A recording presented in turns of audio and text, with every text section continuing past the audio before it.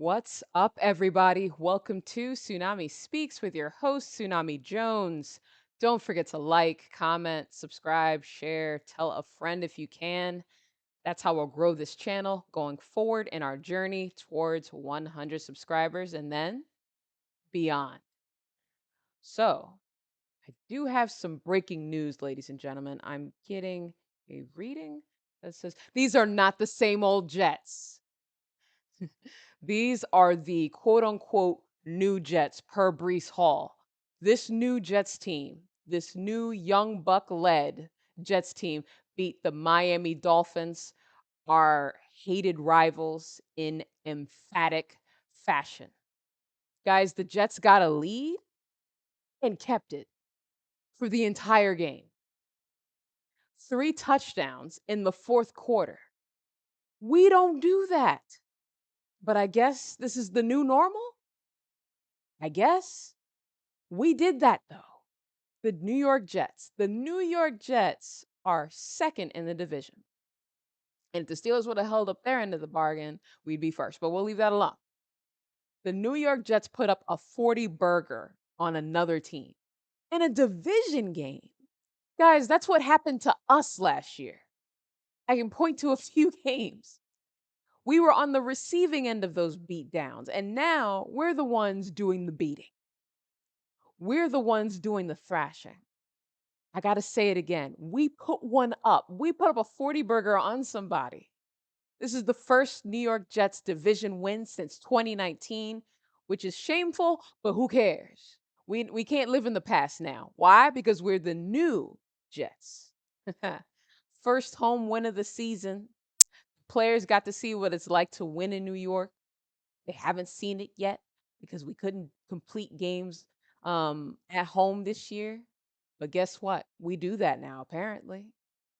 You're worried about crowd control? You're gonna have big, big crowds of New York Jets fans now. That's all the hell they needed to see. That's all we were worried about, you know?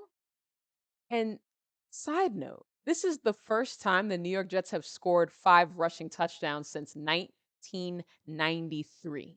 Before the cell phone, right? Got that stat from Zach Rosenblatt. I'll give him his credit because that was an incredible stat. That was a little shameful as well. I'm shocked by that.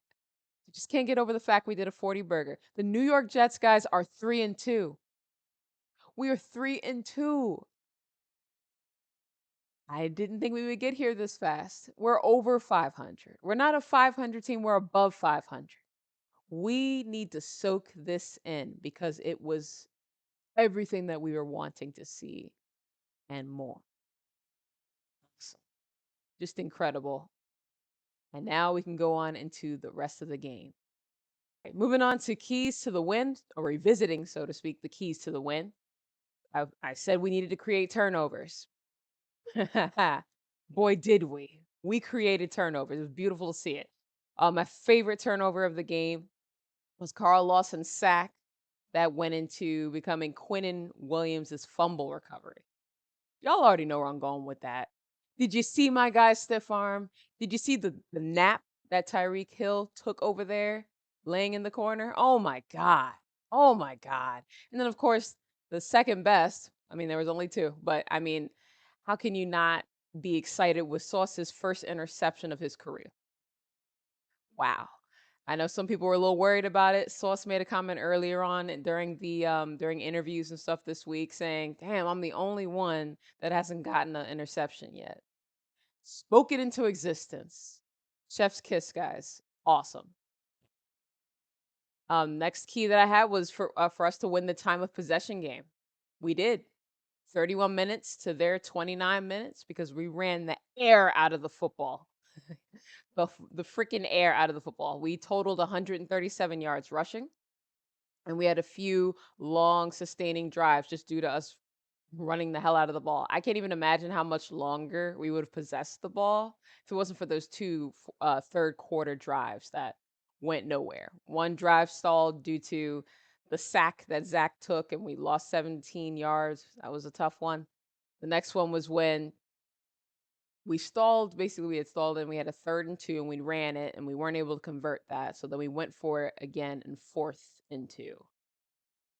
And we threw that ball to Corey Davis. Corey Davis was swarmed by the defense. It was an obvious pass interference. Didn't matter to the referees, whatever. We didn't get that, so that stalled that drive out. Because one question was presented to me on another podcast that I joined, which was Knicks, Jets, etc. I recommend it. It's really good. Um, John asked me the question, what happened? And I didn't really know it then. So I went back and watched the game a few more times, just trying to figure it out. So it was those drives just stalling. Um, just kind of, it happens with that kind of thing. The Jets kind of seemingly have been making this a trend. So it's something to watch. But either way, we did what we needed to do in this game. Um, we killed it as far as like the time of possession. That's a very big deal for us there.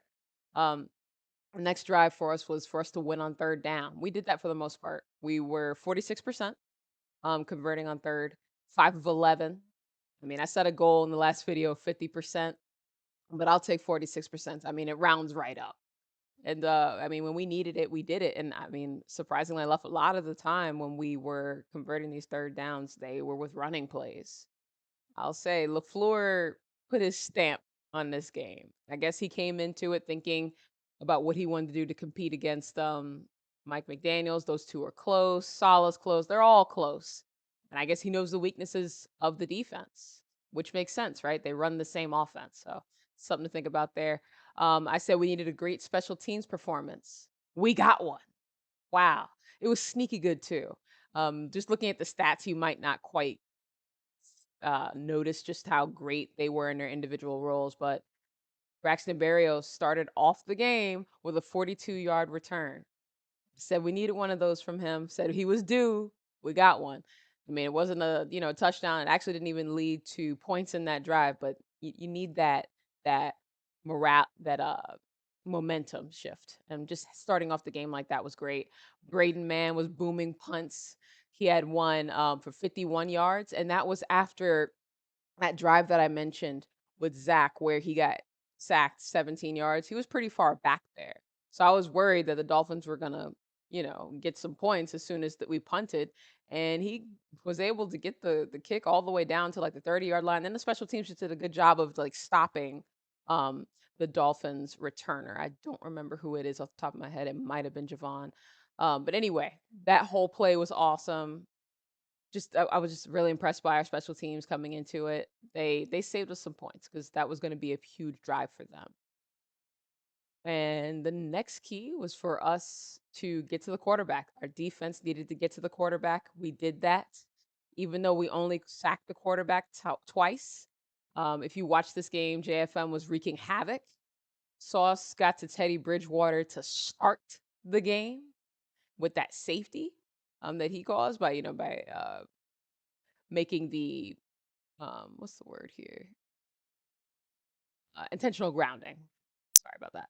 So with the intentional grounding that he caused there, um, Carl Lawson is starting to shake off his rust. If you look game to game, he's being more and more impactful.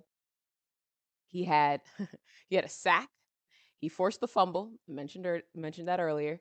7 quarterback hits today, Sunday. Graded out at PFF at 92.7 for pass rushing, and it looked like it. He was in their backfield. JFM, he had 5 quarterback hits, half a sack, and a pass defense. I mean, and with the way the rest of our defense played as a unit, that was 16 quarterback hits that we put on their guy. I mean, you really can't ask for much more other than more sacks, but I mean, sacks are a QB stat too. So just great to see it. And to be quite honest with you, I anticipate this continuing to improve as the season goes on, just because we are a young team. We have a young defensive line. Credit to Jermaine Johnson, too. He didn't have like a super impactful game, but he played well until he got injured. And we did get news towards the end of the game, at least from him, when he tweeted and said that, guys, I'm okay. I'm sure we're going to get an update on the injury report and we'll see if he plays on Sunday, but I'm hopeful that he does because he's been playing well too. Lastly, as far as the keys that I mentioned offensive line needs to hold up for Zach. We only gave up 2 sacks, 3 total quarterback pressures. And to be quite honest, it's pretty impressive. Both the sacks that happened came because of our running backs missing blocks. And those are going to happen. Running backs aren't stars at pass blocking. Even though Brees and Michael Carter actually have been doing a pretty good job of blocking for the most part this year. The offensive line got a nice shot in the arm by getting Dwayne Brown. So we were, at least I thought that it was possible, but I wasn't entirely sure that he was going to play. But he came in, they took him off the IR on Saturday, and he played on Sunday. He graded out at 74.4 for his pass blocking and only gave up 1 pressure per PFF. Not bad, not bad. And then I have to stop right here and say, what more can you say about AVT?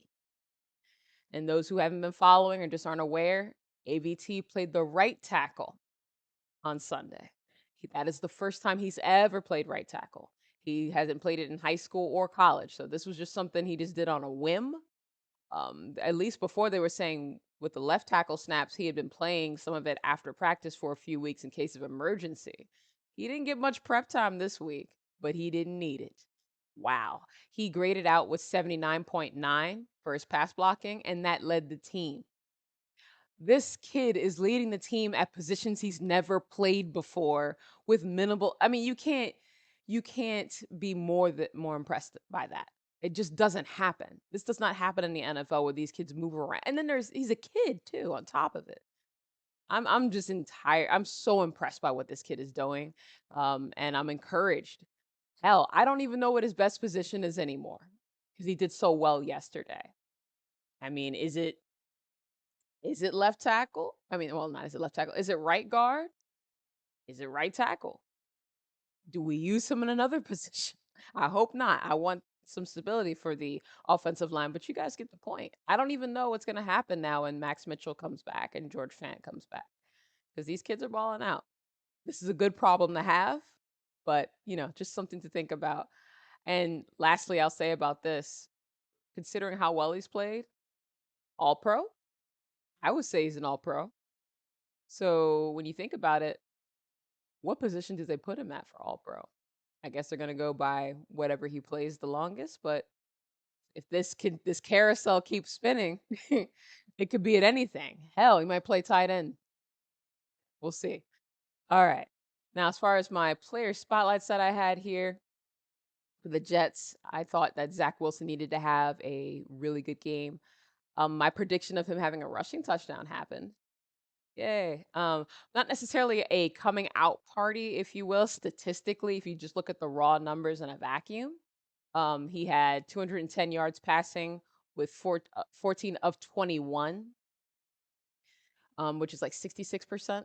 First of all, that's a great completion percentage for Zach. We haven't gotten used to seeing him have high completion percentages anyway in the NFL so far. So again, you're seeing improvement week to week from this kid, building off of the end of last season. And to be quite honest with you, he got robbed of touchdowns yesterday. I mean, we ran the ball 5 times, 5 different touchdowns. We ran the ball. He got one of them. But if you think about it, Brees Hall, if we actually passed the Brees Hall instead of actually running it in, that's a touchdown for the kid. We didn't give Garrett Wilson, Conklin, Elijah Moore. I mean, all those wide receivers we had, especially considering that they were down Xavier Howard. I thought we were going to throw all over them once I heard that, but we didn't. Nothing wrong with the game plan, but I don't want it to be misconstrued. Zach played very well considering that. And I've rewatched this game a few times now, just looking at a different phase of the Jets, whether it was offense, whether I wanted to focus more on corners and things like that. And Zach played really well. You don't realize it as the game is going the first time when you're just watching for the excitement aspect. Um, and just something else I wanted to take note. I believe we were 8 of 13 in the first half. We're passing. That's what Zach was, 8 of 13. And then in the second half, we finished 14 of 21. If you think about it, I mean, we didn't pass the ball very much at all. That's it. We ran the ball significantly more times in those 21 passes. Yet a new surprise that LaFleur brings us each week. I mean, now he was saying this, though. If you guys have been paying attention, he was saying in the beginning that he was going to run more. He was upset that we were passing so damn much before. That was because of Flacco, offensive line, being behind so much, all that stuff. Anyway, all in all, great game from Zach. Garrett Wilson was the second player I thought was going to ball out. He didn't. I'm not going to put the blame on him because, like I mentioned, we ran the ball significantly. He did draw a nice DPI play on Cater Coho. To be quite honest, I wonder, let's say he didn't hold him, he catches that ball, he might have been gone for 20 or 30 yards because it seems like every time Garrett Wilson gets the ball, it's a first down. I wish he would have targeted him a little bit more. He had 4 targets, 3 catches, 27 yards, but he also only played 33 snaps as well because we ran so many 2 tight end sets, again, for additional pass blocking and all that good stuff. So that kind of tells the tale for Garrett Wilson, but he'll have another game soon. I'm sure of it. Tyler Conklin was the same situation. I don't have to really go too in depth, but it was even more more stark. He was only targeted once. And to be quite honest, I loved what we did there. It was like the same throw that he did to Corey Davis and against Tennessee last year when we won that game and he had the go long throw. He did it to Conklin, rolled out, threw the ball. I thought it was a good pass by Zach, maybe a little bit high, and yet they didn't call DPI on that either. Whatever. So I think that would have been a big bang play at least, but it is what it is. So Conklin didn't really get too many opportunities to boogie, so to speak, on the Dolphins like I was expecting him to. Now, I do have to say, I did call this one Brees the Beast Hall. He blew away my expectations, even though I thought he would get at least 100 yards from scrimmage. He said, hold that. Let me do 200 yards instead. 197 yards, 200 yards, same damn thing. And this is from a damn rookie. And to be honest, who he really reminds me of is Le'Veon Bell. The Steelers version, not the version we got. The version we got was a different player altogether. And I know we're salty at how Le'Veon Bell played, so I know some of you guys' stomachs probably just turned. But hold that. Think about how great he was for the Steelers. That's what we got. I mean, the way he's able to receive catches, the way he runs, his patience in running and before he hits the hole. It's just he's great. And I can't believe we have him. We have a game-breaking running back. Michael Carter is a beast as well, but Paul is just different. It's just different. And we were running a lot of sets with both of them out there, which it looks like it confused the Dolphins defense. They weren't expecting Brees and Carter to be out there. They just didn't know who was going to get the ball, what was going to happen. And I just think one thing I wanted to mention, the Dolphins did a fairly good job of holding us on the run game in the first half. We didn't really start breaking big holes and stuff like that, aside from that pass that Zach threw to him and was like the 79-yard pass where Reese caught it, went untouched for a while, then dragged 2 defenders with him on his way to the goal line. If he had just gotten just a little further over, that would have been a touchdown for Zach and Brees. Not to mention, it would have been badass. It kind of reminded me of, because I thought about it, it reminded me of the play that, not Kochery. Oh, this is going to Braylon Edwards. Braylon Edwards. When we played against the Patriots in that game where we beat them, and I think it was the AFC divisional round, and he dragged 2 defenders all the way with him into the end zone. It reminded me of that play because that was otherworldly when Braylon Edwards did that. Brees has the same amount of strength. I don't know. That was beautiful. Braxton Berrios was trying to help block and get one of the defenders off of Brees, and then Rowe for them got in front, and that's what ended up stopping him from making that touchdown. But anyway, it is what it is. Dolphins were doing fairly well in the first half, and then the dam broke and the water came gushing in, and Brees Hall and Carter were just able to just chip, just get these incredible runs off and things like that, getting at least 5 yards per carry and all that, and just it broke the game open. It's like we imposed our will. Correction, Reese imposed his will on the Dolphins, and it was beautiful to see. Again, total he had 97 yards rushing and 100 yards receiving, and he did end up getting one last touchdown at the end. Michael Carter stole 2 touchdowns from him, but no big deal. This is obviously a team sport, and it was awesome. Just Incredible, incredible performance by Brees. And I still think he's just scratching the surface. We've got more to see. As far as our safeties, Jordan Whitehead, Lamarcus Joyner, they were quiet, but I'm okay with that. Nothing wrong with that at all. Jordan Whitehead had a tackle for a loss on a nice play, which got me excited. He was only targeted one time. Joyner wasn't targeted at all. Now, I think that was part of their game plan. Obviously, the fact that they were down to their third string quarterback made some differences. I think that's why they opted to run as much as they were running in the first half and early in the third before they had to start passing the ball more. So, I mean, you can consider that, but still pretty impressive that our safeties weren't targeted much at all. Still, considering that is the weakness of the defense. So, maybe improvements going on there. Philly Will Parks, and that's his. I heard that's his nickname. He played out there. He had 12 snaps. He did pretty well. Part of it is because Whitehead came out of the game for a little bit, so he got some minutes there. But I saw Ashton Davis came out there as well, so something to monitor. I'm glad they're, you know, utilizing more than just Whitehead and Joyner because we do have some decent safeties. Decent. Moving on. DJ Reed, Sauce Gardner. I'm just going to give you this stat and I'll wait. Tyreek Hill and Jalen Waddle were held to 70 receiving yards and no touchdowns. I'm going to say it again. Tyreek Hill and Jalen Waddle were held to 70 yards receiving and no touchdowns. What more can I even say to that? I mean, we held them to that. No one thought that was going to happen going into this game. Tua, Teddy, I don't care if they weren't playing. Those guys are still game breakers. We have to give credit to our corners here. Sauce had his first interception, like I mentioned earlier, had that intentional grounding calls that caused the safety. I mean, this was a great game for Sauce by himself. Maybe this is his coming out party.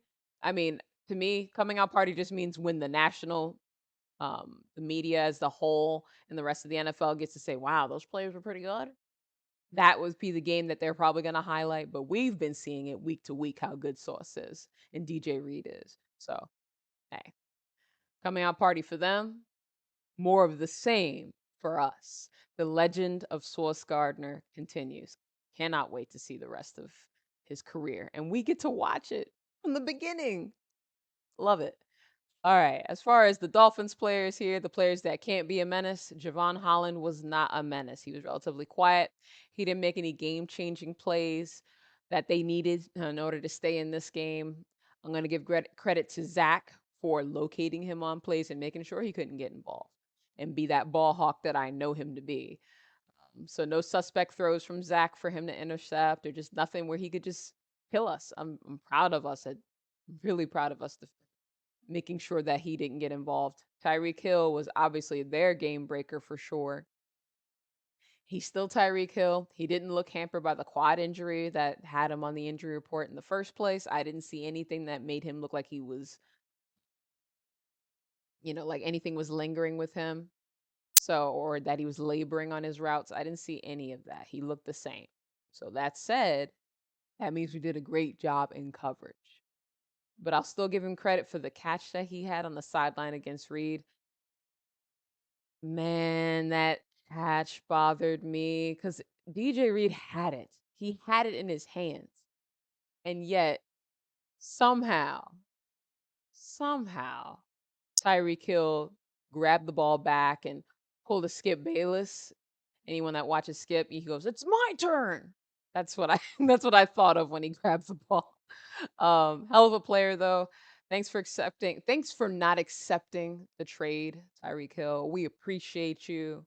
Um, it gave us Brees and Garrett Wilson because we wouldn't have drafted those players if we made that trade. So now we have our future and we get to enjoy them in the present. I love having them here. So excited. Lastly, I thought Gesicki might do something against us just because he normally plays fairly well and tight ends are something we normally have difficulty in defending. He had 2 targets and 1 catch for 30 yards. I was pleased.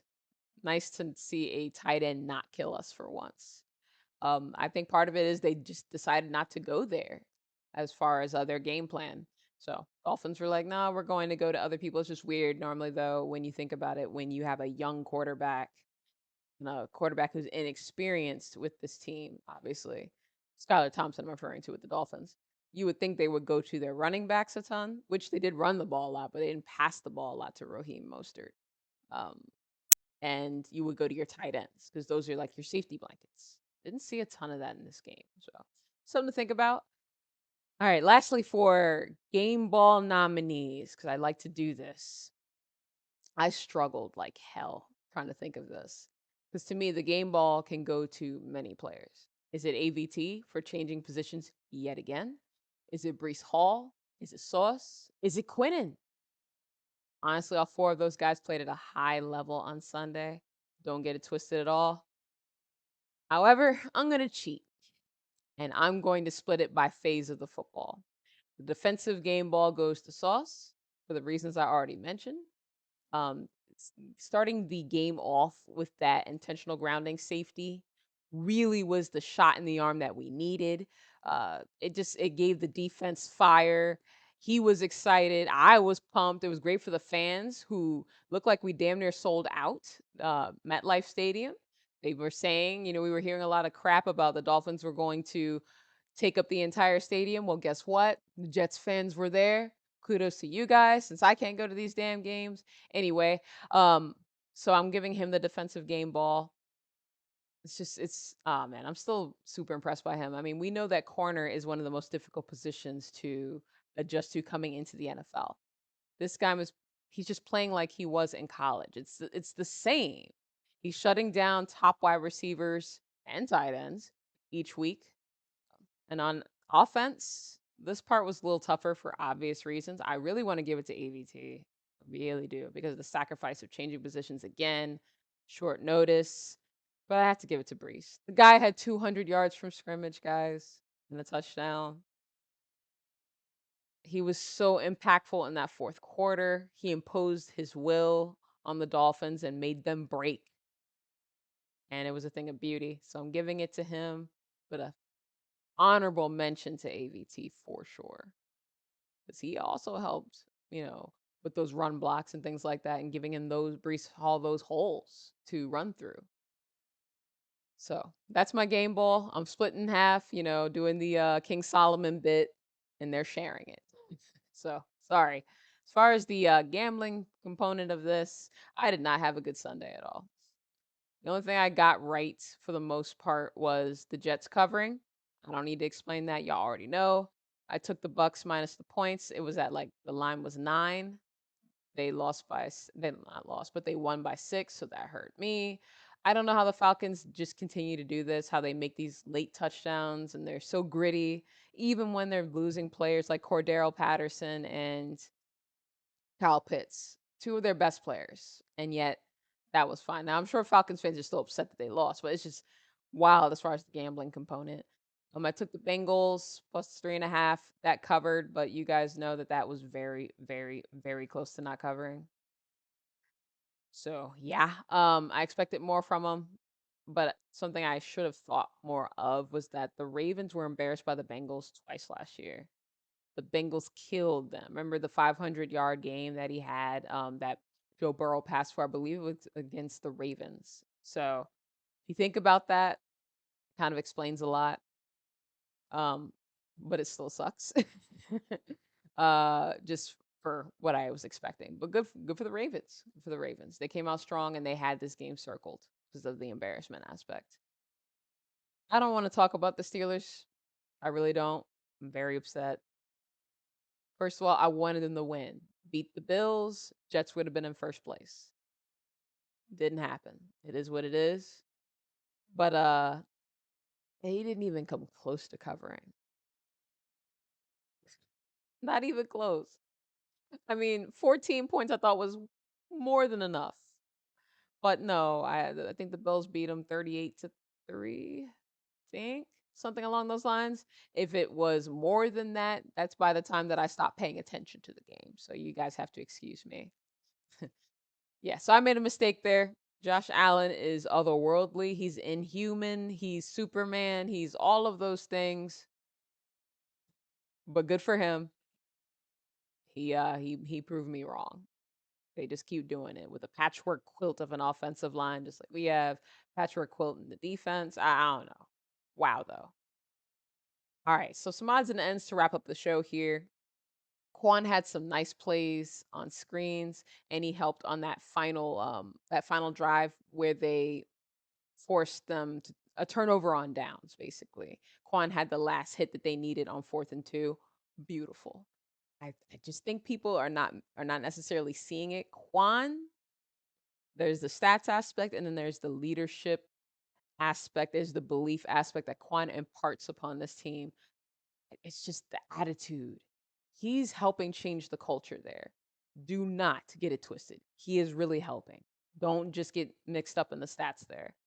Even with the stats, he's always making one impactful play per game. And I saw more than one this time. So, got to give my guys some credit there. Real quick, the DPI calls made me want to pull my hair out, and I don't need to be doing that at this point. They got 100 yards off of those DPI calls. The last one, okay, I'm gonna let that one go. The one on Michael Carter, it really bothered me, but when I saw the hand around it, I still think that's a weak sauce call, even though they called it. Um, to be honest, we beat them 40-17. They would not have even scored 10 points if it wasn't for those defensive pass interference calls. They got really lucky by that, trying to keep them in the game. I mean, I'll stay off the refs, but whoo, I was salty. I was moving on. Our rookies: Sauce Gardner, Garrett Wilson, Brees Hall, Jermaine Johnson. They have all made huge plays each week that have led to winning games, impactful plays. There's been some mistakes, but they're, for the most part, not super impactful aside from the miscommunication plays that some were saying were on Sauce. Regardless of that, these guys are learning every single week and they're performing as the lights get brighter. A team making these kinds of runs in the fourth quarter and winning these games show that, to quote Salah, they don't flinch. But, and I know it's kind of corny, but they don't though. I mean, they rise to the occasion. I'm not used to the Jets doing that. I'm used to it being just close the entire game and then we edge them out if we're going to win it all. Right. So this is just impressive. And these are rookies doing it. And oh my God, these are cornerstones of the franchise. We have our franchise wide receiver with Garrett Wilson and then Elijah Moore, too, of course. No slight to my guy. I'm a big fan of Moore. 8-ball Moore. Let's go. That said, Brees Hall, Michael Carter, those are our franchise guys there. Only one is a rookie.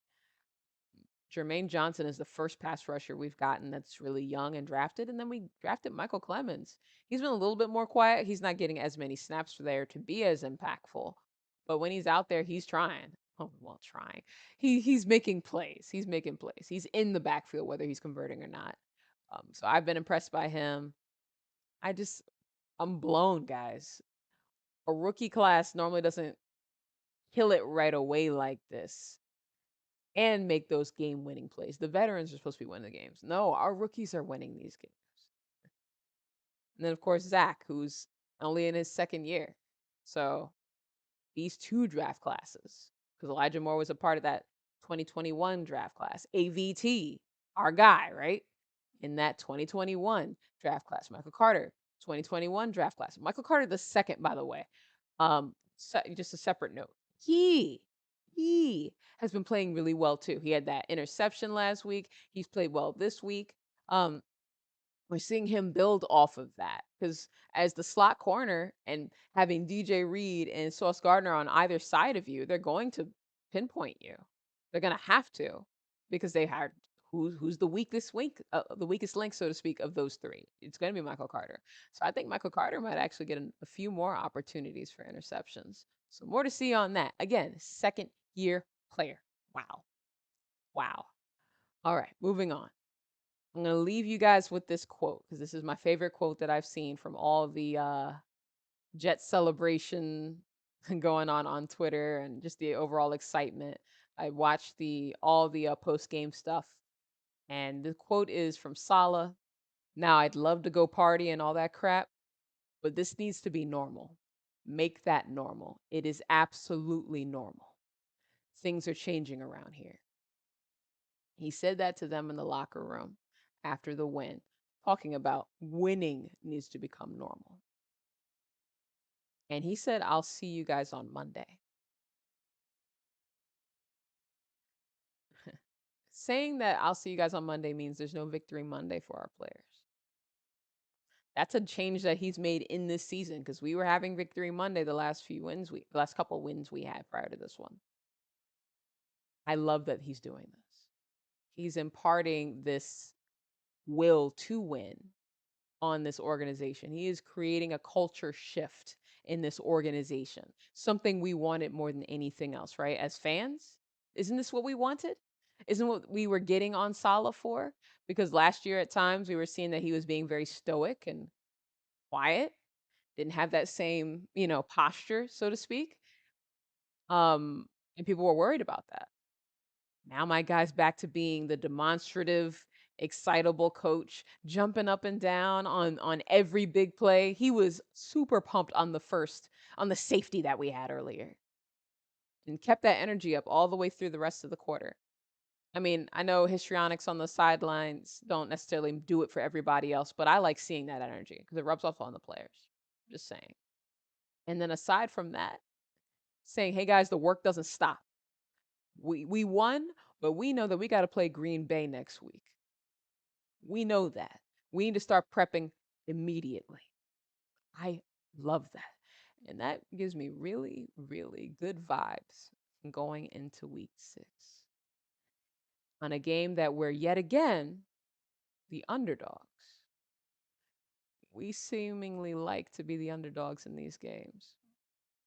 I'm not giving my prediction yet for week 6. I need to see how things go. But feeling pretty good about this damn team. And it's so awesome to be along for the ride. That said, on to Green Bay. All right, guys, that's going to be it for me. Thanks so much for watching. Don't forget to like, comment, subscribe, share, tell a friend if you can. Follow me on Twitter at the Bowling Chick. I got some Knicks content coming soon this week. I've just been so excited with football, guys. Y'all got to give me some time to just enjoy my victory Monday, you know? 'Cause I can celebrate. I am just a fan, an excitable Jets fan, and wow, guys, 3-2, 3-2, guys. We deserve it. All that said, Jets, Jets, Jets, Jets.